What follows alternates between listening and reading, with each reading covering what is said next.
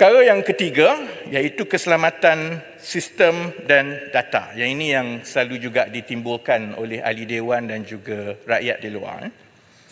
Syukur alhamdulillah, walaupun terdapat banyak cubaan untuk menggodam dan menguji keselamatan sistem padu selepas sistem padu diluncurkan, saya boleh nyatakan pada hari ini di dalam dewan bahawa padu masih lagi selamat hasil tindakan pantas yang telah diambil oleh pasukan pembangunan sistem padu. Dan ini adalah statistik-statistiknya yang berkaitan dengan cubaan untuk menggodam dan serangan-serangan cyber ke atas padu sejak dilancarkan. Secara purata, sebanyak 2 juta hingga 2.3 juta kali cubaan serangan ke atas padu berlaku dalam tempoh setiap minggu.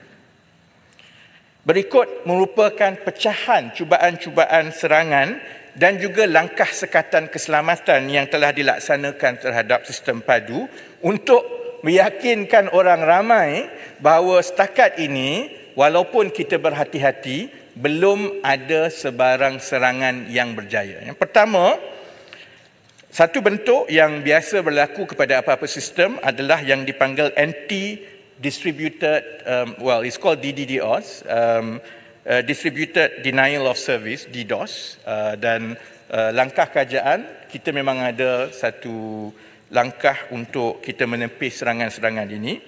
Sebanyak 28 cubaan serangan pada 2 dan 3 Januari 2024, iaitu pada hari pertama dan kedua dilancarkan, ada sebanyak 28 cubaan DDoS telah dibuat.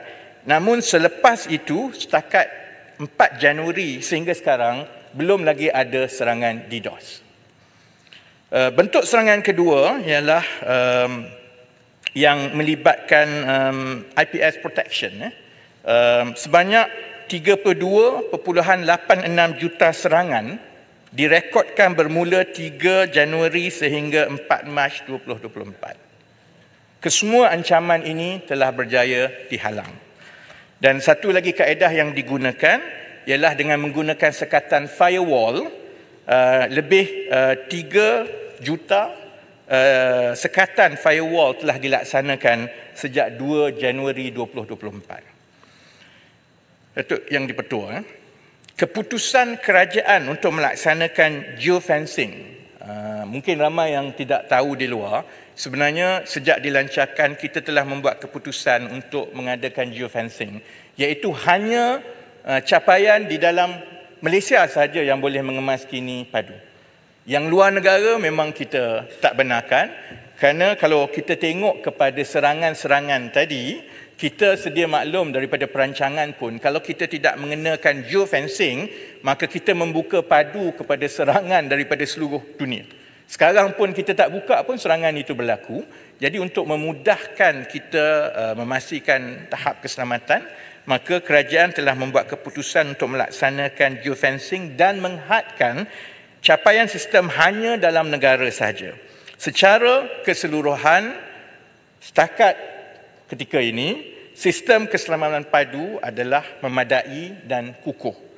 Pasukan pembangunan sistem padu sentiasa memantau secara berterusan, dan saya nak maklumkan juga kepada Dewan, mereka ini selalunya bekerja 18 hingga 20 jam sehari, 7 hari seminggu untuk mengawal selia dan memastikan setiap serangan itu ditangkis, memastikan kalau ada serangan dan sebagainya. Jadi sementara kita di sini berbahas, mereka secara berterusan, kaki tangan awam ini mengambil tanggungjawab itu, dan apabila pelbagai agensi bekerjasama dengan rapat, alhamdulillah setakat ini walaupun ada pelbagai serangan yang saya telah tunjukkan statistiknya itu, kaki tangan daripada pejabat ketua pegawai keselamatan kerajaan CGSO, daripada Agensi Keselamatan Cyber Negara NAKSA, daripada Cyber Security Malaysia CSM, di samping pasukan asas padu daripada Mampu dan juga daripada DOSM, sehingga kini berjaya memastikan keampuhan keselamatan sistem padu. Ada juga yang terus membangkitkan soal kebocoran maklumat, dan Saya kadang-kadang agak kurang selesa kerana ada beberapa perkara yang di luar Dewan, bukan di dalam Dewan, di luar Dewan, itu seolah-olah memperlekehkan kemampuan dan keupayaan penjawat awam membangunkan sistem seperti padu, yang kerana ramai yang merasakan kaki tangan kerajaan tidak berkemampuan melakukan sesuatu seperti ini. Lebih baik diberikan secara kontrak kepada pihak ketiga. Keputusan untuk memastikan bahawa padu dibangunkan sepenuhnya oleh kaki tangan awam adalah keputusan saya. Dan sebahagiannya ialah kerana kita telah ada bukti-bukti dan duluan-duluan sebelum ini dalam sistem-sistem yang lepas yang menunjukkan kalaupun ia dibangunkan oleh pihak ketiga melalui kontrak beratus juta ringgit, itu tidak menjamin pun keselamatan sistem. Saya nak rujuk kepada laporan Ketua Audit Negara tahun 2021 siri 2 mengenai aplikasi MySejahtera yang dibangunkan oleh pihak ketiga dengan kerjasama pentadbir. Sebahagian daripada rakan-rakan di sana berada di dalam kabinet semasa perkara ini berlaku. Penemuan audit Ketua Audit Negara mendapati terdapat akses yang mencurigakan dari satu akaun super admin yang telah memuat turun maklumat 3 juta penerima vaksin yang bermula pada 28 Oktober 2021 hingga 31 Oktober 2021 dengan menggunakan pelbagai alamat IP. Dan seingat saya, daripada 80 akaun admin, super admin yang ada itu, 50 lebih itu adalah milik pihak ketiga, bukan penjawat awam. Jadi, saya juga ingin mengambil kesempatan ini pada hari ini bukan saja di Dewan tetapi kepada rakyat Malaysia di luar supaya kita memahami dengan menyeluruh masalah-masalah pencerobohan data. Kalau ia hendak dilonggokkan kepada jabatan kerajaan semata-mata, ia bukanlah sesuatu yang adil kerana banyak sistem-sistem kerajaan sebelum ini dibangunkan secara kontrak ratusan juta oleh pihak ketiga dan kontraktor-kontraktor. Dan apabila ia berlaku begini, kalau ada kebocoran, laporan Ketua Audit Negara sendiri telah menunjukkan bahawa laporan kebocoran-kebocoran itu juga berpunca daripada pihak ketiga.